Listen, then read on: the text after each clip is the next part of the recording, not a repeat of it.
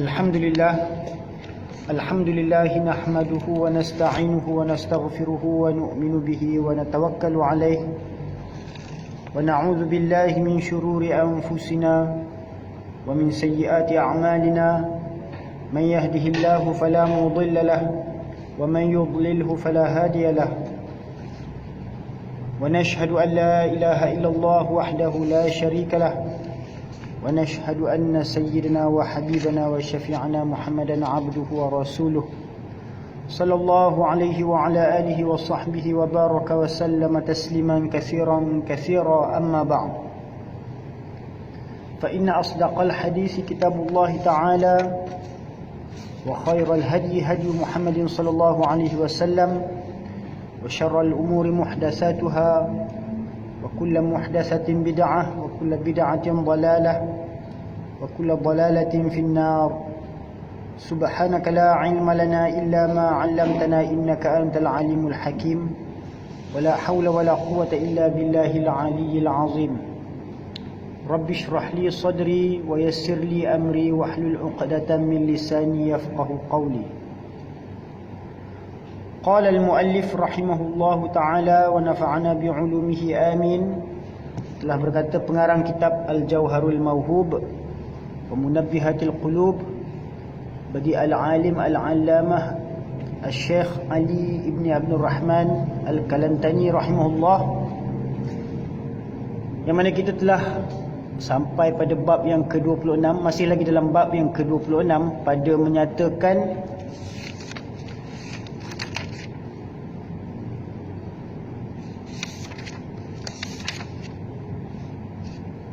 tasdidu zina.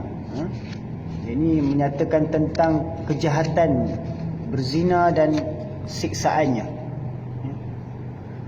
Kalau kitab yang Jawi kita sampai pada muka surat yang ke-142 pada baris yang ke-10 dari atas, ya. Kalau kitab yang Rumi pada muka surat 276, ya, kita sampai pada hikayat, ya, hikayat.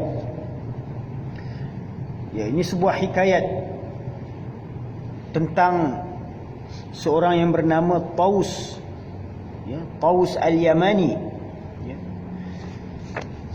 Hikayat adalah seorang perempuan zaniah, ya, perempuan zaniah ni artinya perempuan yang berzina, ini seorang yang pelacur.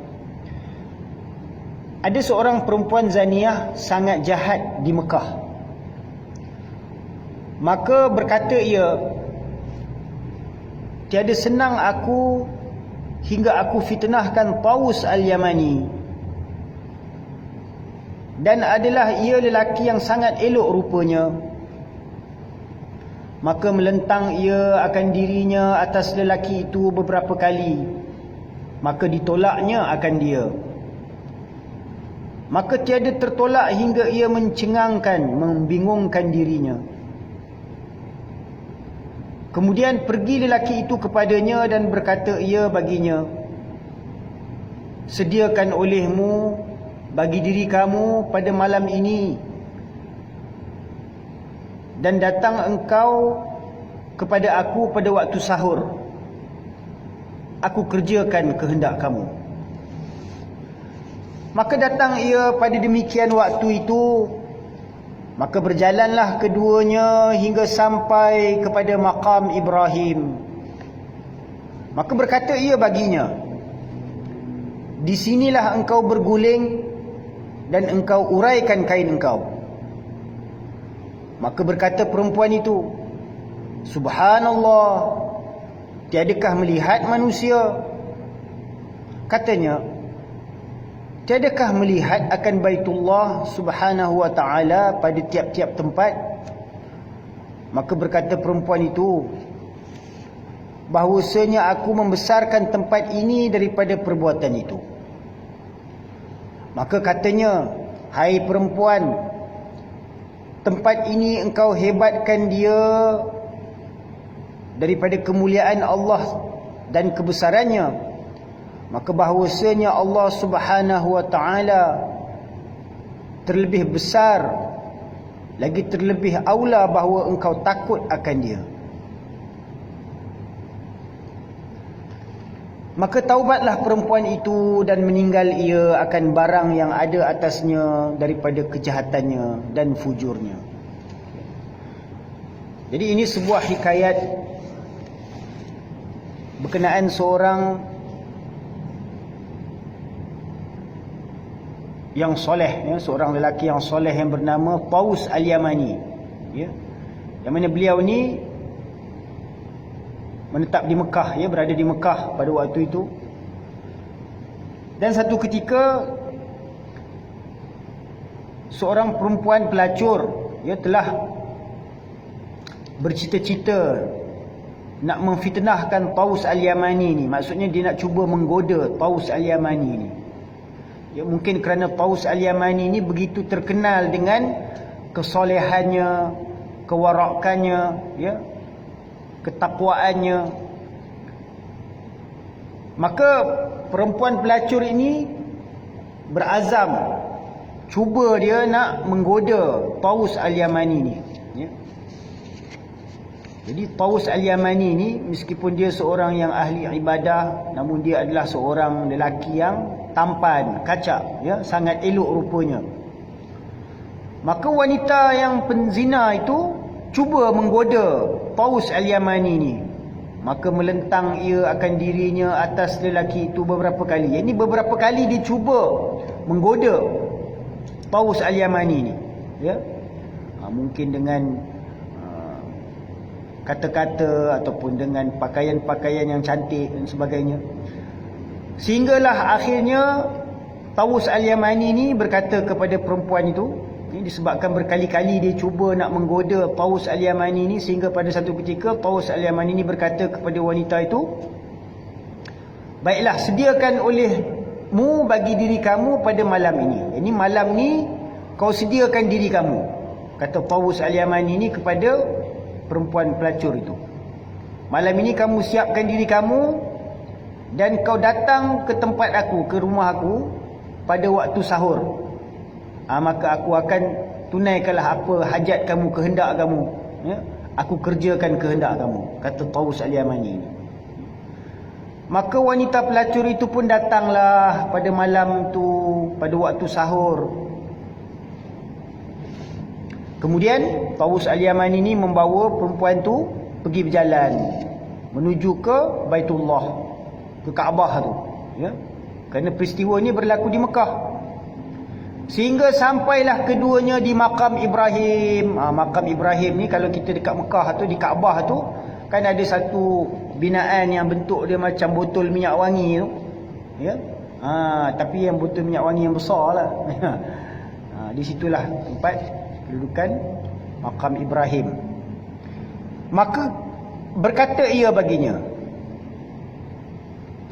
di sinilah engkau berguling dan engkau uraikan kain engkau.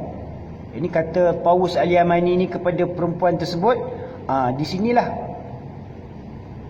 untuk disempurnakan segala kehendak kamu tu, bergulinglah engkau kat sini. Bukalah kain baju kau, uraikan kain kau, kata Taus Al-Yamani ni kepada perempuan tu.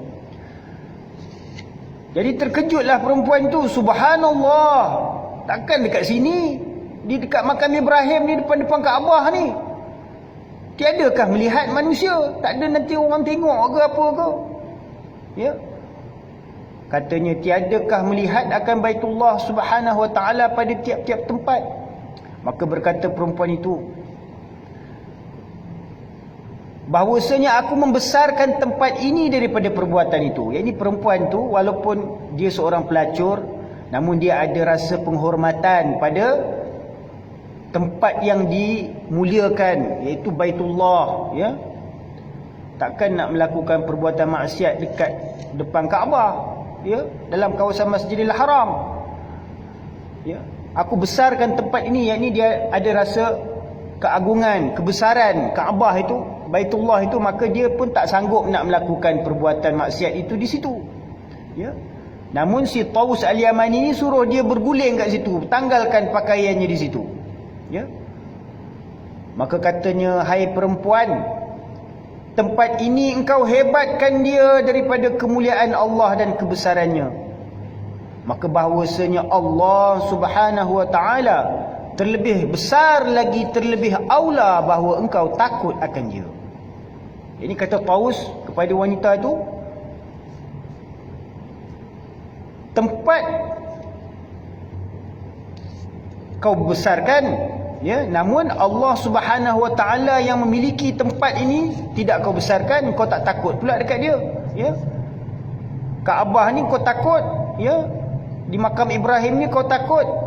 Sedangkan Allah Subhanahu wa taala lebih mulia, lebih besar, lebih aula untuk engkau takuti, tapi engkau tak takut, ya. Maka bertaubatlah perempuan itu, menyedari dia akan kesilapan dia, kesalahan dia, ya. Dan akhirnya meninggal ia akan barang yang ada atasnya, yakni dia pun meninggalkan perbuatan pekerjaan maksiatnya sebagai pelacur itu daripada kejahatannya dan fujurnya. Dan sabdanya alaihi salam, man zana bimra'atin fatahallahu alaihi fi qabrihi thamaniyata abwabin minan nar, yakhruju min tilkal abwabi aqaribu wa hayyatun ila yaumil qiyamah. Man zana bimra'atin, barang siapa berzina dengan perempuan, yakni sama ada perempuan yang muslimah atau kafir, dan sama ada perempuan yang merdeka ataupun yang sahaya, yakni hamba. Fatahallahu alaihi fi qabrihi, maka nescaya Allah Ta'ala membukakan atasnya, nescaya membuka Allah Ta'ala atasnya di dalam kuburnya, samaniyata abwabin minan nar, nescaya membuka Allah Ta'ala atasnya di dalam kuburnya akan 8 pintu daripada api neraka. Yakhruju min tilkal abwabi, keluar daripada segala pintu itu, aqaribu wa hayyatun, beberapa kala dan ular, ini kala jengking dan ular-ular, ya, yang berbisa, ila yaumil qiyamah, sehinggalah ke hari kiamat. Dan daripada Nabi SAW bahawasanya bersabda ia, di dalam neraka Jahannam itu satu wadi, ini ada satu wadi, satu lembah, ada padanya beberapa ular. Tiap-tiap satu ular seperti tengkuk unta. Ini besarnya, ular tu seperti tengkuk unta tu, menggigit ia akan orang yang meninggalkan sembahyang, maka lekat racunnya pada tubuhnya, yakni bisa ular tersebut yang menggigit pada orang yang meninggalkan sembahyang itu, melekat racunnya pada tubuhnya 70 tahun, kemudian hancur dagingnya. Dan ada pada neraka Jahannam itu satu wadi, namanya Hubbul Huzun. Ada padanya beberapa ular dan kala. Tiap-tiap satu kala itu besarnya kadar bagal. Ada baginya 70 sengat. Pada tiap-tiap satu sengat rawiyah, yakni tempat berhimpun racunnya. Ini pada tiap-tiap satu sengat tu ada 70 sengat dia, ya. Pada tiap-tiap satu sengat itu tempat berhimpun racunnya. Memukul ia akan orang yang berzina dan dituangkan racunnya ke dalam jisimnya, mendapat ia akan pedih sakitnya 1000 tahun. Allah. Kemudian hancur dagingnya dan mengalir daripada farajnya nanah dan danur, sebagaimana yang tersebut di dalam kitab Zawajir. Hukuman bagi orang yang berzina, kata Abu Lais As-Samarqandi rahmatullah alaih, maka jika tiada dihadkan, yakni jikalau tiada dihukumkan dengan hukuman hudud, ya, maka jika tiada dihadkan, yakni dihududkan orang berzina, ya, dia hukum hudud ni ada pada kesalahan-kesalahan yang tertentu saja, ya, bukan semua kesalahan-kesalahan, ya, yang dijatuhkan hukuman hudud, ya. Hukuman hudud hanya dijatuhkan untuk kesalahan-kesalahan yang tertentu, antaranya hukuman, ya, untuk kesalahan zina, ya. Maka jika tiada dihadkan, jika tiada dihududkan orang berzina pada dunia, dihadkan dia pada akhirat dengan cemeti pemukul daripada api neraka di hadapan sekalian makhluk pada mauqif, ini pada tempatnya.